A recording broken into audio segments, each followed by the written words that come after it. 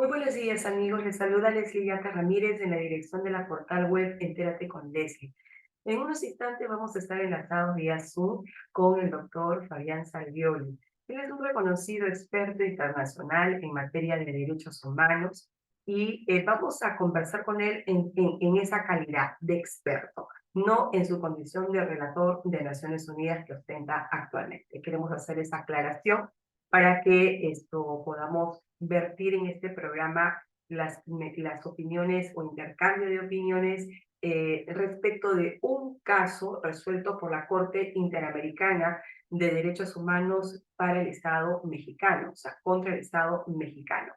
Vamos a ver, vamos a proyectar la sentencia y para poder explicar de qué se trata y cuál es el impacto que va a tener, sobre todo para América Latina, ya que nuestros estados vienen aplicando medidas de detención preventiva, detención preliminar, y hay también una observación general del Comité de Derechos Humanos de las Naciones Unidas que se dictó en el 2014, que habla justamente de los estándares, ¿no?, de lo que respecta a libertad personal, seguridad personal y cuáles son las obligaciones que deben ser introducidas, cumplidas por los estados, ¿no?, en relación a ello. Entonces, vamos a proyectar en un momento la sentencia para que ustedes vean de qué caso vamos a hablar esta breve mañana. Bien, se trata del caso Zompacle, Tepicle y otros versus México. La sentencia tiene fecha de 7 de noviembre del 2022, pero este es un resumen oficial, pero fue publicada, o sea, notificada al Estado mexicano en este año, en febrero de este año. Este caso eh, es muy importante porque trata de el abuso de las medidas o de la detención de arraigo respecto a un conjunto de personas, ¿no? Entonces, acá, por ejemplo, la Corte Interamericana ha sancionado al Estado de México, que tiene responsabilidad internacional. No obstante, México ha reconocido parcialmente esta responsabilidad de violar las disposiciones de la Convención Americana de Derechos Humanos. Violar porque no hay una compatibilidad de lo que establece la Convención Americana y lo que establece el derecho interno de México.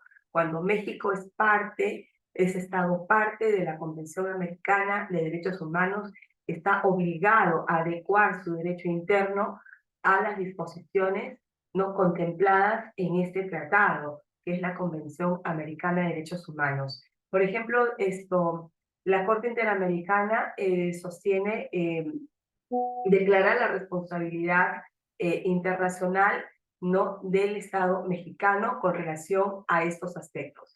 Muy bien, vamos entonces a enlazarnos ya, ¿no?, en vivo con el doctor Fabián Salvioli. Vamos a eh, a enviar a enlazarnos inmediatamente, si vamos enlazándolo de una vez para poder conversar con Fabián Salvioli. A ver, adelante.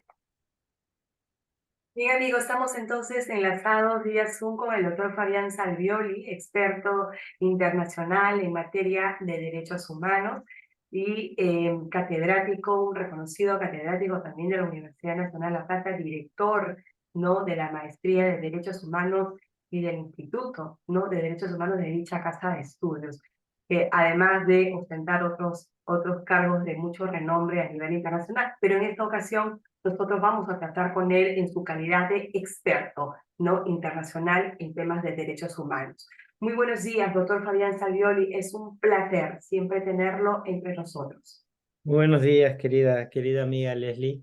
Siempre es un gran gusto estar contigo.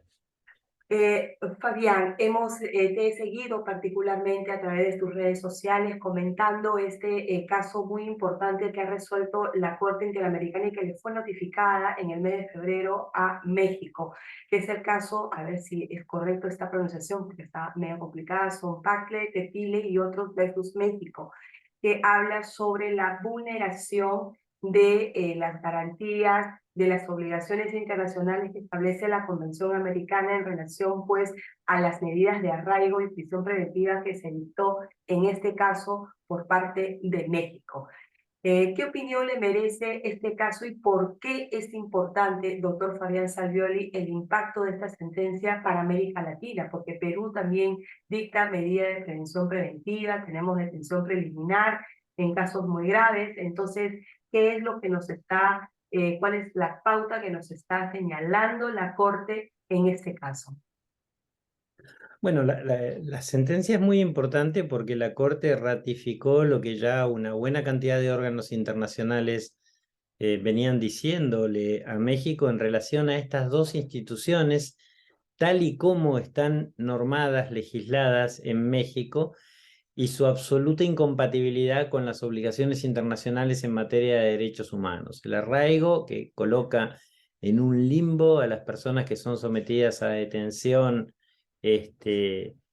durante un periodo de tiempo indeterminado, y la prisión preventiva oficiosa, que simplemente el hecho de que alguien esté indiciado por un determinado tipo de delitos le coloca en la cárcel sin merituar exactamente si procede o no la privación de libertad, lo cual vulnera naturalmente el principio de presunción de inocencia. Yo quiero dejar muy en claro, digamos, que esta sentencia, que es obligatoria para México, emitida por la Corte Interamericana de Derechos Humanos, lo que obliga es a reformar el cuadro normativo, digamos, a derogar el arraigo y a adecuar la prisión preventiva oficiosa a los estándares internacionales. Con esto quiero decir de que la prisión preventiva no es incompatible con las garantías de derechos humanos. Las personas pueden ser sometidas a prisión preventiva. Lo que sucede es que hay que respetar determinados cánones para que la prisión preventiva no se vuelva una pena anticipada o no vulnere la presunción de inocencia, que son garantías básicas y fundamentales, en el marco de lo que todos queremos, que es que efectivamente haya una lucha eficaz contra el delito. Es decir, nadie está promoviendo de ninguna manera la impunidad de aquellos que cometen crímenes. Ujú. Sí, y sobre todo, doctor, entender esto en esta sentencia, que lo que no se puede hacer es el uso indebido de la prisión preventiva, en este caso la medida de arraigo para México. Pero el tema es que la prisión preventiva es una regla de excepción. Tiene que ser de pronto la última ratio para que las autoridades competentes puedan aplicarla. Porque, digamos, no convertir esa regla de excepción en una regla recurrente, en una normalidad. No sé si esa es la perspectiva, ¿no?, que establece esta sentencia o la interpretación que podemos tener de ello. Le comento esto, Fabián, porque también en el Perú, en casos muy graves, sobre todo cuando se destapó la gran corrupción de Odebrecht en el Perú, hubo todo un desfile de detenciones preventivas. No digo que eso no se debe aplicar, lo que pasa es que eso ocasionó un impacto bastante fuerte en nuestro país, porque lo que se decía que era una regla de excepción. La última vez escuché a muchos juristas de especialidad penal en este programa decir de que se había convertido la prisión preventiva en una regla, una regla recurrente, no en una regla de excepción. Hasta que hubo un acuerdo plenario a nivel de la Corte Suprema que viene en cierta forma a corregir esos parámetros. Eso es lo que nosotros debemos comprender, lo que está interpretando, lo que le dice la Corte a México, y en todo caso en repercusión para nuestros países también. Son cuestiones diferentes. Son cuestiones diferentes que es importante no mezclar. A ver. La sentencia se refiere a la prisión preventiva oficiosa, es decir, una prisión preventiva que automáticamente se aplica dependiendo del tipo de delito.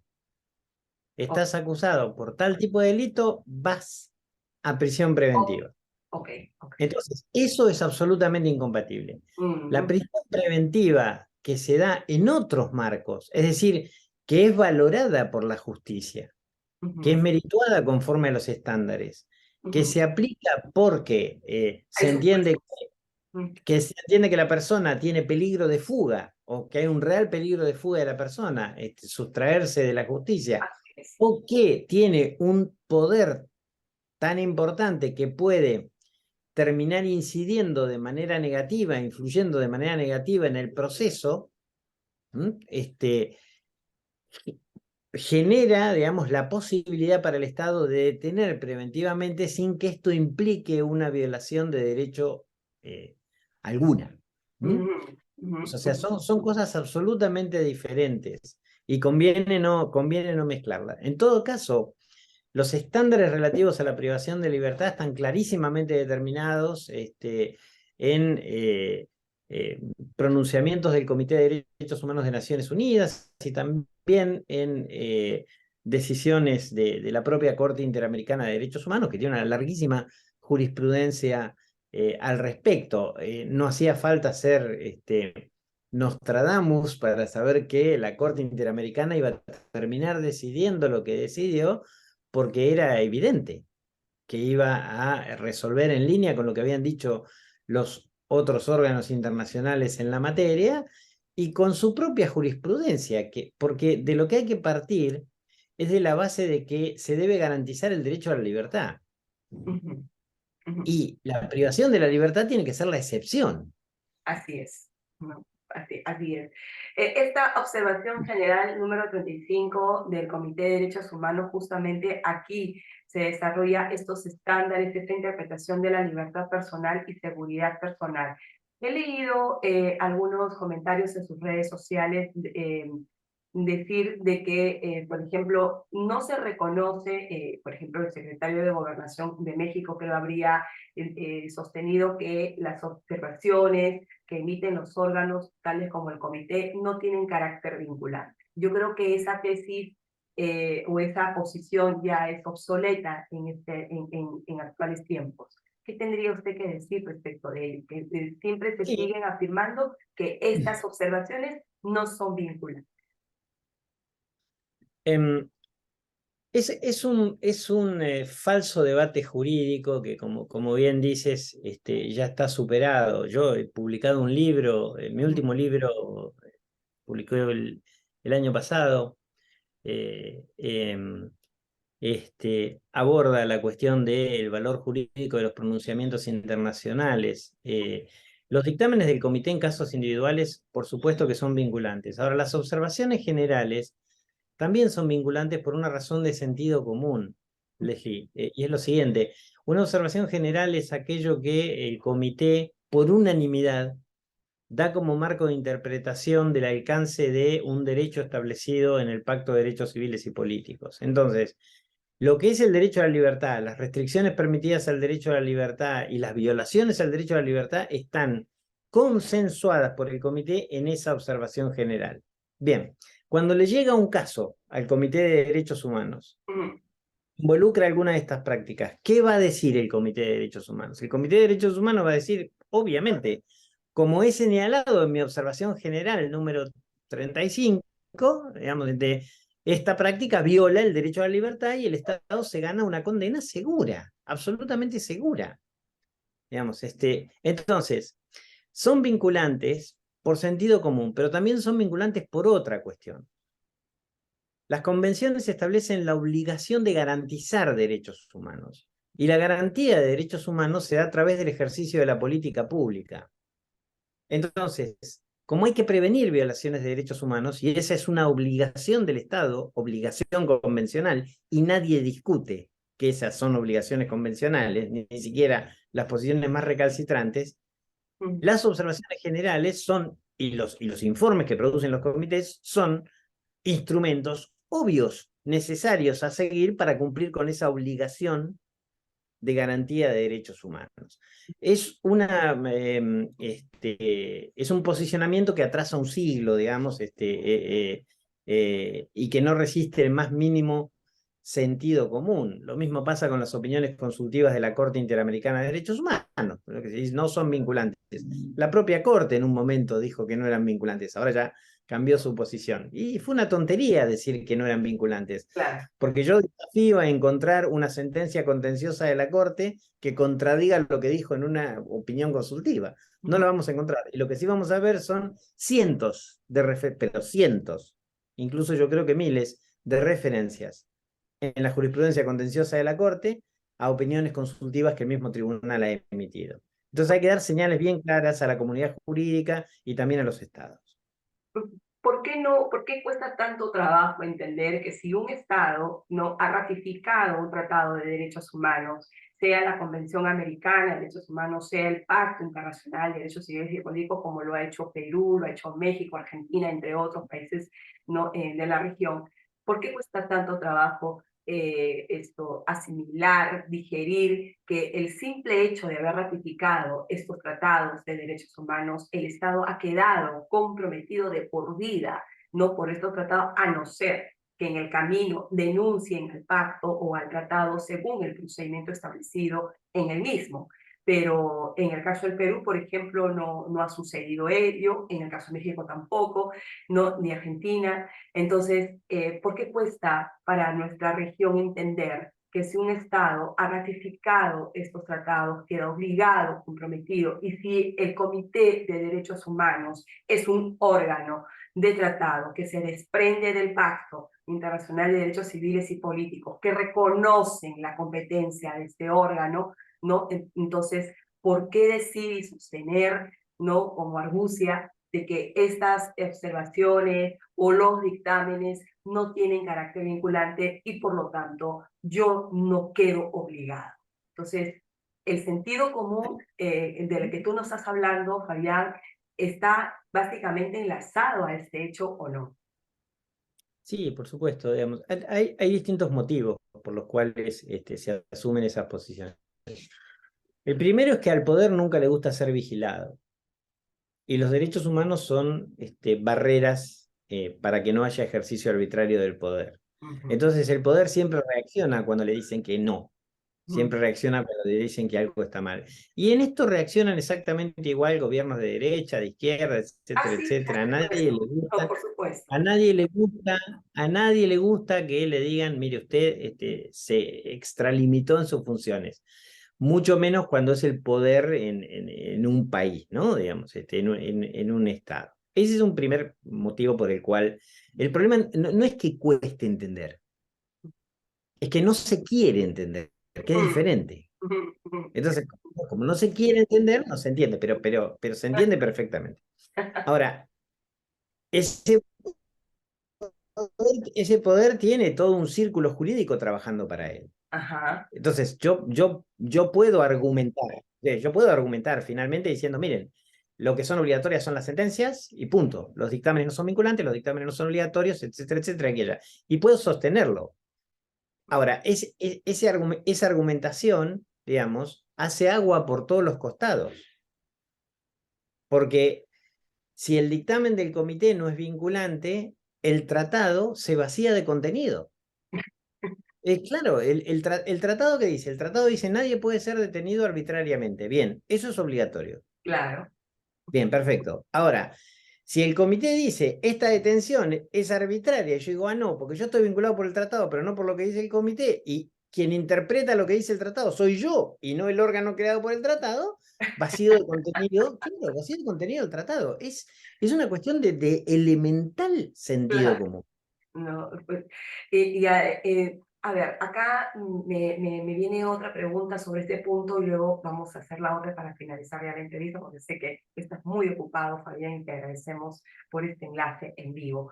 En una oportunidad, no voy a decir el nombre, pero sí también una experta en derechos humanos me comentó en este programa, me dice, hablando justamente del carácter vinculante de las observaciones, de los dictámenes de los órganos de tratados, me dice, yo he podido observar que los estados se sienten muy cómodos, por ejemplo, en el Consejo de Derechos Humanos de las Naciones Unidas porque están entre pares, ¿no? pero su incomodidad viene cuando están en los órganos de tratados porque no son pares, porque son personas especializadas, ¿no? Expertas en derechos humanos quienes las integran y que evidentemente no van a casarse, no van a parcializarse con el Estado, ni con uno ni con otro.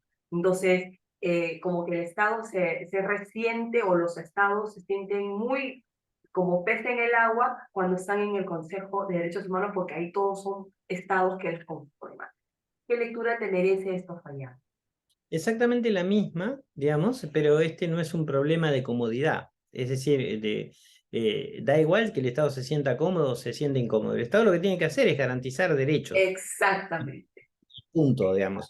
Y el Consejo de Derechos Humanos no puede desvirtuar lo que han resuelto los órganos No. especialistas, los órganos de tratados, y entonces, desde ese punto de vista, el examen del Consejo de Derechos Humanos complementa a lo que ya le han dicho los órganos de tratados y otros órganos al Estado. Y el Estado tiene que cumplir con todo. ¿No? El Y con examen de una control parte y con le otra parte. pide, le pide toda la información de los órganos tratados para ver cuál ha sido la conducta de los estados respecto al Es, cumplimiento. exactamente. Y hay una cuestión más. Ujú, El Consejo de Derechos Humanos no adopta decisiones como consejo cuando hace el examen periódico universal. ujú. Son recomendaciones individuales de un Estado a otro. El valor de esas recomendaciones es mucho menor que el producto de lo que hacen los órganos de tratados, porque lo que hacen los órganos de tratados es el resultado del conjunto del cuerpo y no de lo que alguien individualmente le dice al Le Estado, diga a otro en el estado. caso del examen periódico universal. Ujú, Así que no caben dudas de la legitimidad ética. Por supuesto, yo integré un órgano de tratados, 8 años, presidí el Comité de Derechos Humanos de las Naciones Unidas. Por supuesto, son cuerpos compuestos por personas que pueden cometer errores, etcétera, etcétera. Pero la integridad moral, la experticia jurídica y la seriedad los métodos de trabajo que utiliza para examinar situaciones y ujú, sacar conclusiones son irrebatibles, son ujú, irrefutables, ujú. digamos. Y hay que hacerles caso, porque el objeto del Estado es garantizar derechos. El Estado no está para violar derechos, está para garantizarlos. Y no estás tampoco para ver cuál es la posición más cómoda que tenga dentro del sistema de Naciones Unidas, ¿no? O sea que eso es algo que los estados deberían de descartarlo, ¿no? Y no es que voy a estar aquí porque me siento más cómoda, porque estoy entre mis pares, entre estados y puedo lograr algún tipo de advenimiento, favoritismo, ¿no? Hacia mi postura. ¿No? O sea, los derechos humanos se garantizan, se protegen y se cumplen, punto. Eso no debe estar ni siquiera sometido a ningún tipo de discusión. Pregunta final, Fabián. ¿Cuál es el impacto de la sentencia de la Corte Interamericana en relación a México que estamos analizando sobre las libertades, seguridad, prisión preventiva oficiosa para América Latina? Bueno, es un estándar, digamos. Obviamente, frente a situaciones similares, la Corte va a decir lo mismo, porque va a ser coherente y congruente con su jurisprudencia. Sin embargo, hay que ver las particularidades dentro de cada país en relación a cuáles son los mecanismos que existen de privación de libertad, porque, insisto, no es ilegítimo privar de libertad. El Estado puede privar de libertad a una persona, pero se tienen que dar Los casos. determinadas condiciones. Yo, en la misma línea de lo que estábamos conversando recién, sugeriría a los estados que revisen sus propias legislaciones para ver si hay alguna cuestión Exactamente. ajusta en función del deber de prevención de violaciones de derechos humanos, obligación de garantía que todos los estados deben cumplir. Y como un tema preventivo y no esperar a violar, ¿no? Derechos y para someterlos a la Corte y que la Corte te declare tu responsabilidad y que recién adecúes un derecho interno, ¿no? Yo creo que eso es la lectura que se tiene que Es, recoger. es muy atinado lo que decís, es muy, muy atinado lo que decís, y yo pensaba en ese sentido, justamente, que México se hubiese ahorrado muchos dolores de cabeza Ah, si hubiese hecho caso a lo que el Comité de Derechos Humanos le dijo hace 13 años, que es exactamente lo mismo. Le dijo, mire, esto es incompatible y esto lo tiene que cambiar y esto lo tiene que reformar. Y con esa idea de que, bueno, lo que dicen esos órganos no me vinculan, no me importa, etcétera, etcétera, aquí y allá, en esos 13 años se han seguido violando derechos en relación a muchas personas y México termina con una condena internacional que como toda condena debe avergonzar, por supuesto. Una vergüenza y tiene que, ahora no tiene escapatoria alguna de poderla cumplir, ¿no? Hay que cumplir obviamente las palabras de las autoridades diciendo que se violan soberanía son incalificables. El Estado ratificó soberanamente el tratado, no Nadie le se puso puede una soga al cuello al argumentar Estado ninguna para ratificar tratados. violación. Muchísimas gracias, Fabián Salvioli, por esta entrevista y por la generosidad que has tenido desde siempre de conectarnos con el programa Entérate con Leslie. Será hasta una nueva oportunidad. Claro, un gran abrazo.